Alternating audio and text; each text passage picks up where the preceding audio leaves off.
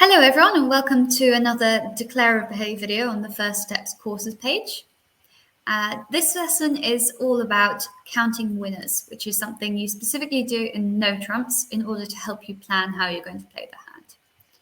So I've got a hand to show you, which you can see here. I'm going to make it a little bit bigger for you to have a look at, and we can talk through it. Okay, so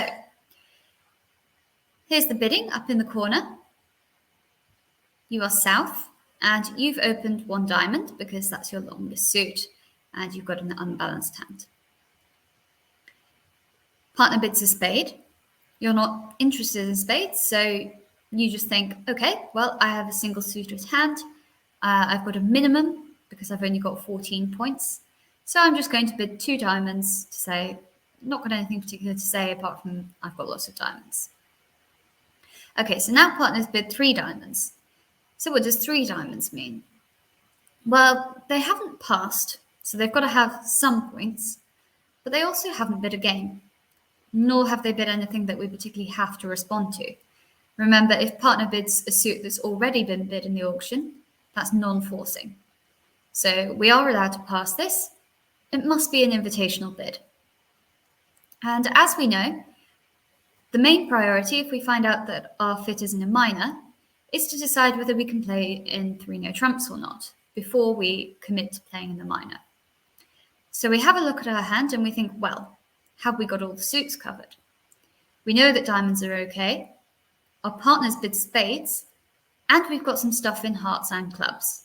So we should be okay for no trumps. There's no particular reason not to play in no trumps. So we're going to try bidding 3 no trumps because we're at the top of our 12 to 15 range that we've already shown. Okay, so that's the bidding. Now our left-hand opponent leads the 6 of clubs. So let's imagine first that we don't count our winners. And we think, well, we've got to play a low card just to see whether anything interesting happens on East's turn, and then we can decide what to play from our own hand. So we just play low from the dummy, and the ace pops up, so that's good news.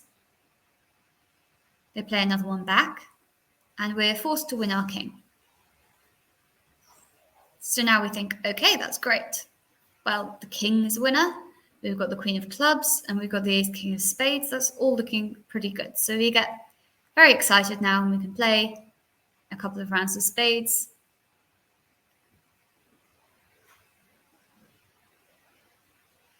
We can play our queen of clubs, and this is pretty good because we've won the first 4 tricks already. Now we think, well, our diamonds are pretty good, so we're going to play those. They win the ace. But now what do? We don't have a trump suit, so we can't win this trick. We can't follow suit. So we just have to throw something away. So we throw away our heart. From our hand, we're a bit stuck. We can throw away pretty much anything. Diamond is fine. Oh, how many clubs do they have? It's a good job there are only 13 clubs in the pack.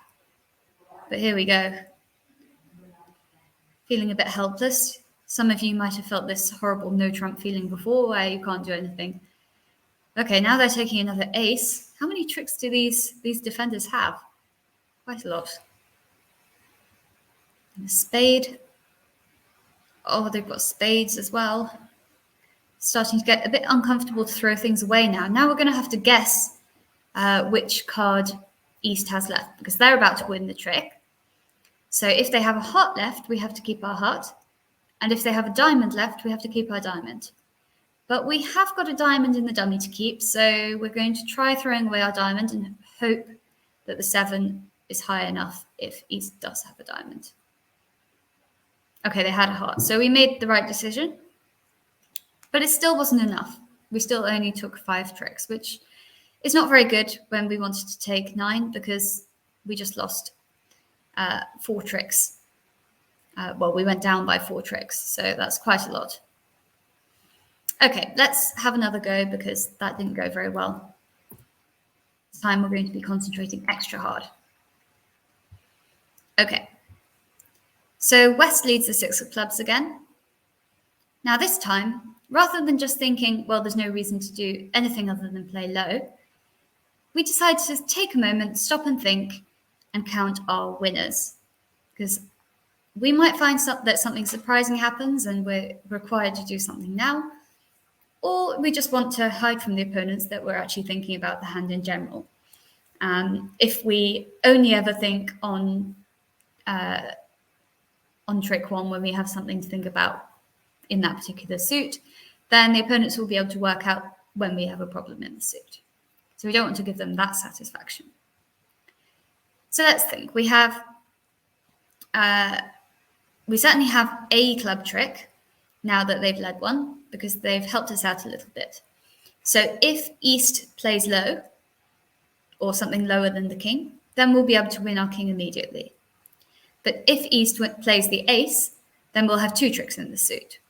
So we're not exactly sure what's going to happen yet, but we do know that either way we'll end up with a trick in clubs. We can also see that we've got two tricks in spades, but we don't have any other tricks. So where are those tricks going to come from? Well, first thing to do in no trumps, look for your potential in your long suits. So in the diamonds, we have a length of 6, but we always have to lose to the ace at some point. There's no avoiding it. So if we lose to the ace and we get all the rest of the tricks in diamonds, then that means we've got 5 tricks in diamonds. Okay, so that's already bumped us up from only 3 tricks to 8, which is pretty good.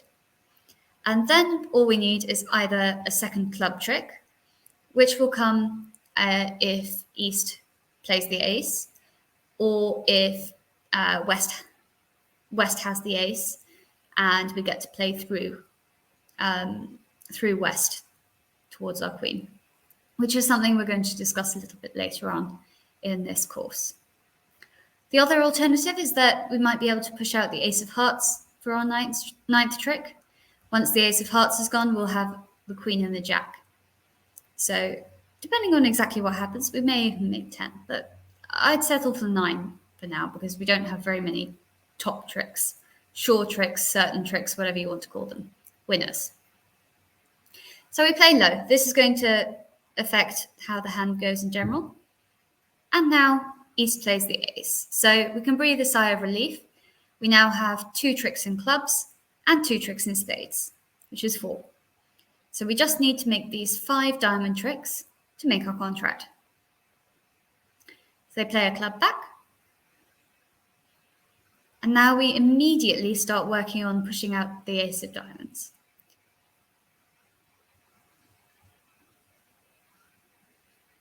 West plays another club, which is what we expected. And we can throw away anything. A little spade is probably not going to be too useful at the moment. So we throw away our spade. And now we have how many tricks? Always recount when something interesting happens. So we've already won 2 tricks. We've got 2 in spades, and we've got 5 in diamonds. So that's 9. We are now making our contract. So let's play these diamonds and see what the opponents throw away. A spade, a heart, another spade. We're just throwing away little cards from the dummy that we don't need. Another heart. Another spade. Okay, so now we've played our last winning diamond. It always feels a bit nicer when we're on the other side of the coin and we're the ones cashing our suit and forcing the others to discard. It's a bit horrible when it happens to you. Now we know we've got 7 tricks, and we could take a risk, try pushing out the ace of hearts and hope that the person who has the ace of hearts doesn't have any clubs left. But that seems a little bit scary. So I think we should just take our 2 tricks and make sure we make our contract. This looks like a good decision because West is now having to throw away their club winners. So we're putting them under a bit of pressure, but we can try playing the heart anyway and see whether the person who has the ace has another heart. No, it's a club. Good job we didn't risk it. Great, so we took our 9 tricks. Can have a look at the whole layout if you like. So counting winners is all about thinking about which tricks you definitely have straight away. So we definitely had the club tricks once the ace had popped up, and we definitely had the ace and king of spades. Nobody's taking those away from us. So if we just play those tricks, we only ever end up with those tricks, unless we're very lucky, as we were at the end of the hand, that someone had a heart left. If we lose a trick, so we push out the ace of diamonds, that involves losing a trick, we can create more tricks. So by pushing out the ace of diamonds, we've created 5 tricks in our own hand. So we're sort of losing to win, which is a common theme in no trumps and in bridge in general.